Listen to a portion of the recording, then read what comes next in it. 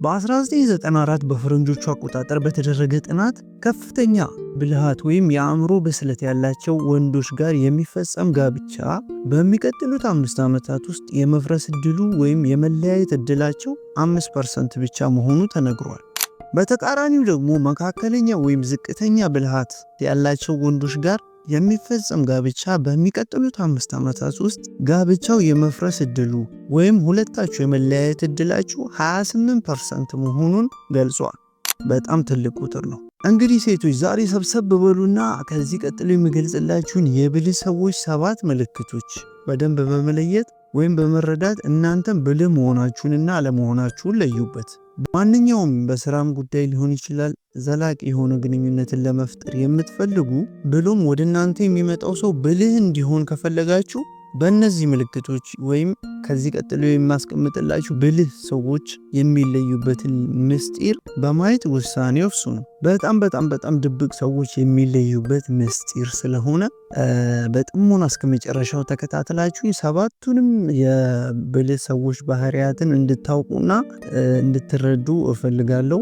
በጣም ሰርፕራይዝድ ነው የምትሆኑት በእርግጠኝነት። ምክንያቱም ማታውቋቸው አስገራሚ እውነታዎች ስላሉ እስከ መጨረሻው ድረስ ተከታተሉ። በእርግጥ እንግዲህ አሁን የምዘረዝላችሁ ባህሪያት ለወንዶች ብቻ ሳይሆን ለመላው ሰው ልጅ ነው እና በተለይ ያላገባችሁ ሴቶች በረግረግ ስፍራ ላይ የተገኘ ደረቅ መሬት እንደሆንኩላችሁ ቁጠሩት። ዛሬ ሁላችሁም በደንብ ተከታተሉኝና ታተርፉበታላችሁ። እስከ መጨረሻው አንድ በአንድ ከተከታተላችሁኝ አትቆጩበትም። ጊዜ ሳናጠፋ ወደ ነጥቦቹ እንግባ። እንግዲህ ከዛ በፊት እንግዲህ እንደተለመደው ላይክ፣ ሼር እንዲሁም አዲስ ከሆናችሁ ላይ ቻናሉ ደግሞ ሰብስክራይብ በማድረግ ቤተሰብ እንሁን። በጣም ወዳችኋለሁ።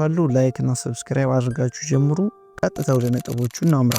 በጣም ልዩ የሆነና ብልህ ሰዎችን የምትለዩበት የመጀመሪያው መንገድ እንግዲህ ሰዎችን በጣም የማሳቅ ችሎታ አላቸው። ሳቅም መፍጠር እንግዲህ ቀልድ ብቻ አድርጋችሁ ነው አይደለም የምትወስዱት? አይደለም። ሰውም ማሳቅ ቀልድ ከመፍጠር ባሻገር ያ ሰው ብልህ መሆኑን የሚያሳይ ምልክት ነው። እንዴት አንድ ሰው በተለያዩ አጋጣሚዎች ሳቅን ሊፈጥር ይችላል ያንን የማድረግ ችሎታ ከሌለው? ጥናቶች እንደሚያመለክቱት አስቂኝ ሰዎች ከፍተኛ የሆነ አይኪው እንዳላቸው ተናግረዋል። ትልቅ በጣም ግሩም የሆነ ችግሮችን የመፍታት ችሎታቸውም ተያይዞ ተገልጿል። ሁለተኛው ደግሞ አዛኞች ናቸው። አዛኝ መሆን ማለት እንግዲህ የሌሎችን የሀዘንና የደስታ ስሜት መጋራትና ለመረዳትም መሞከር ነው እና በእንክብካቤና ጥልቅ በሆነ ስሜት መልስ መስጠት ነው ለሌሎች። አዛኝ መሆን ታዲያ ከከፍተኛ ብልሃትና የአእምሮ ልህቀት ጋር በቀጥታ ይገናኛል። ይህ እንግዲህ ቀላል ነገር ይመስላል፣ ግን ሁሉም ሰው የተካነበት ችሎታ አይደለም። መካከለኛ ወይም ዝቅተኛ አእምሮ ብስለት ያላቸው ሰዎች የሌሎችን ስሜት በቀላሉ መረዳት አይችሉም፣ ወይም ቢያውቁትም ብዙ አይጨነቁበትም። ለሰዎች ርህራሄ ማሳየት፣ ሰዎችን ማንበብ እንደሚችሉና ስሜቶቻቸውን በቀላሉ መረዳት እንደሚችሉ የሚገልጽ ነው። ሶስተኛ ደግሞ በተራ ነገር የሚጨነቁ ከሆነ የትምህርት ቤት የቤት ስራችሁን ካልሰራችሁ መደናቀጥ ይሰማችኋል? ወይም ከስራ ቦታችሁ ከስራ ባልደረቦቻችሁ የተዋሳችሁትን ቻርጀር ረስታችሁ በመምጣታችሁ በጣም ተጨንቃችኋል። እንደ ሳይኮሎጂስቱ ዶክተር ኤድዋርድ ሴድዊ ገለጻ ከሆነ ከሌሎች ሰዎች የበለጠ በትንሽ ነገሮች ጭንቀት ውስጥ የሚገቡ ሰዎች የብልሃት መጠናቸው በጣም ከፍ ያለ እንደሆነ ተናግረዋል። እናም ይሄ በጣም ድብቅ የሆነ ብልህ ሰዎችን የመለያ ባህሪያቸው እንደሆነም ጨምረው ተናግረዋል። ምክንያቱም ሲያስቀምጡ ደግሞ ይሄ በትንሽ ነገር የሚጨነቁበት ባህሪያቸው መረጃዎችን እና እያንዳንዱ ነገሮችን የሚያነቡበትም ሆነ የሚረዱበት በጣም ከፍ ያለ የማሰብ ችሎታ እንደሆነ ነው የተገለጸው። አራተኛውና በጣም ኢንተረስቲንግ የሆነው ብልህ ሰዎች ወይም የአእምሮ የማሰብ ችሎታቸው በጣም ከፍ ያለ ሰዎችን የምንለይበት መንገድ እንግዲህ ፍቅር ለነሱ ቀላል አይሆንላቸውም። ብልህ ሰዎች ወንዶችም ይሁን ሴቶች ማለት ነው አብዛኛውን ጊዜ የፍቅር ግንኙነት ውስጥ አይታዩም። ልክ ፊልም ላይ ወይም በየቦታው እንደሚታየው ፍቅር ለእነርሱ ቀላል አይደለም። በፍቅር ግንኙነት ጉዳዮቻቸው ልክ እንደ እኩዮቻቸው ብዙ ልምድ ሆነ ፍላጎት ከሌላቸው ምናልባትም ጓደኞቻቸው ወይም ቤተሰቦቻቸው እነዛ ነገር ውስጥ እንዲገቡ ይመክሯቸዋል። በተጨማሪም ነገሩን ቀለል አድርገው ብዙ መስፈርቶችን እንዳያወጡ ሲመክሯቸው ይስተዋላል። ነገር ግን የፍቅር ጓደኛ ለመያዝ የተወሰኑ መስፈርቶችን ማውጣት ወይም ያወጧቸውን ሕጎች ማስጠበቅ በጣም ድብቅ የብልህ ሰዎች ምልክት እንደሆነ ተነግሯል። ይህ ከፍ ያለ የአእምሮ ልዕቀትን የሚያሳይ ሲሆን በተጨማሪም አንዴ የሚስማማቸውን አጋር ካገኙና በጣም ያማረ ህይወትና የመቀጠል እድሉ በጣም ከፍተኛ የሆነ ግንኙነትን እንደሚመሰርቱ ተገልጿል። ተያይዞ አምስተኛው ደግሞ የተመሰቃቀለ አካባቢ ውስጥ መኖር ነው። መኝታ ቤታችሁ ለማስተካከል ጊዜ የምታጡ ናችሁ? የሥራ ቦታችሁ የተዝረከረከና በጣም ያልተደራጀ ነው? ሰዎች ከስንፍና ጋር ወይም ለነገሮች ጊዜ አለመስጠት ጋር ሊያገናኙባችሁ ይችላሉ።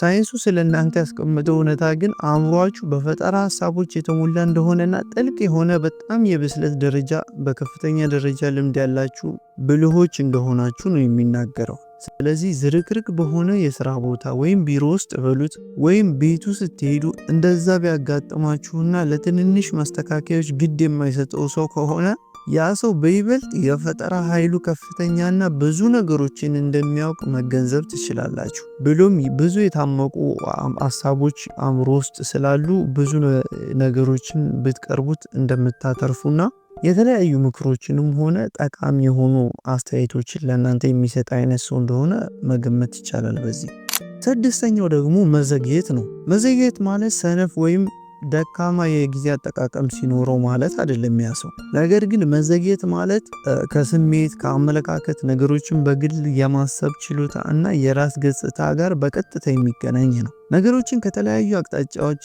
አይቶ ውሳኔ ከመወሰን ጋር የሚያያዝ ነው። ስለ መዘግየት ሲነሳ የሚዘገይ ሰው እጁ ላይ ያሉ ስራዎችን ለመስራት ለየት ባለ መንገድ የሚተገብረው የመጨረሻ ውጤቱ ላይ ከማተኮር ይልቅ የነገሩን ሙሉ በሙሉ ሂደት ወይም ፕሮሰስ በጥሞና ስለሚያጠና ነው። አንድ ስራ ሰርቶ ለመጨረስ እንኳን ሳያስቡት ብዙ ሰዓትን ዘግይተው ነው የሚጨርሱት። ምክንያቱም እያንዳንዱን ስቴፕ ወይም ደረጃና ያን ስራ ለመስራት የሚፈጅባቸውንም ጊዜ እያሰቡ ጥሩ ስራን በስተመጨረሻም ለማሳየት ስለሚፈልጉ። የመጨረሻውና በጣም የሚወደድኩት ኢንተረስቲንግ ፋክት እንግዲህ ብልህ መሆናቸውን ይጠራጠራሉ።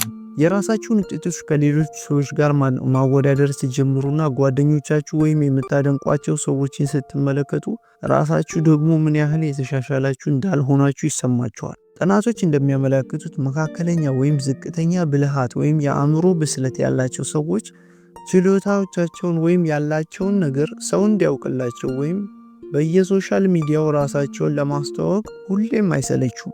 በተቃራኒው በጣም ብልህና አስተዋይ የሆኑ ሰዎች ደግሞ ከችሎታዎቻቸውና ካላቸው ነገር አንጻር በጣም ጭምትና ብዙ ነገሮቻቸው የተደበቀ እንደሆነ የተገለጸ ሲሆን በጣም ብዙ ማሻሻል ያለባቸው የህይወት ዘርፍ እንዳለና ሁሌም ለመማርና ራሳቸው ለመለወጥም ይሁን ለማሳደግ ክፍት እንደሆኑ ተገልጿል። እያንዳንዱ ሰው ገና ከውስጡ ያላወጣው ድብቅ ችሎታና ክህሎት አለው። ስለዚህ የዛሬውን ድንቅ የበሳል ወይም ብልህ ሰዎች ምስጢር እንዴት አገኛችሁት? ተስፋ አደርጋለሁ እነዚህ ምልክቶች ውስጥ አብዛኛውን እንደምታሟሉ ወይም ከአሁን በኋላ እንደምታውቋቸው። የወደዳችሁትን ኮሜንት ላይ ጻፉልኝ። ላይክ እና ሰብስክራይብ ማድረግ እንዳይረሳ። እስከ መጨረሻው ስለተከታተላችሁኝ በጣም አመሰግናለሁ። ባይ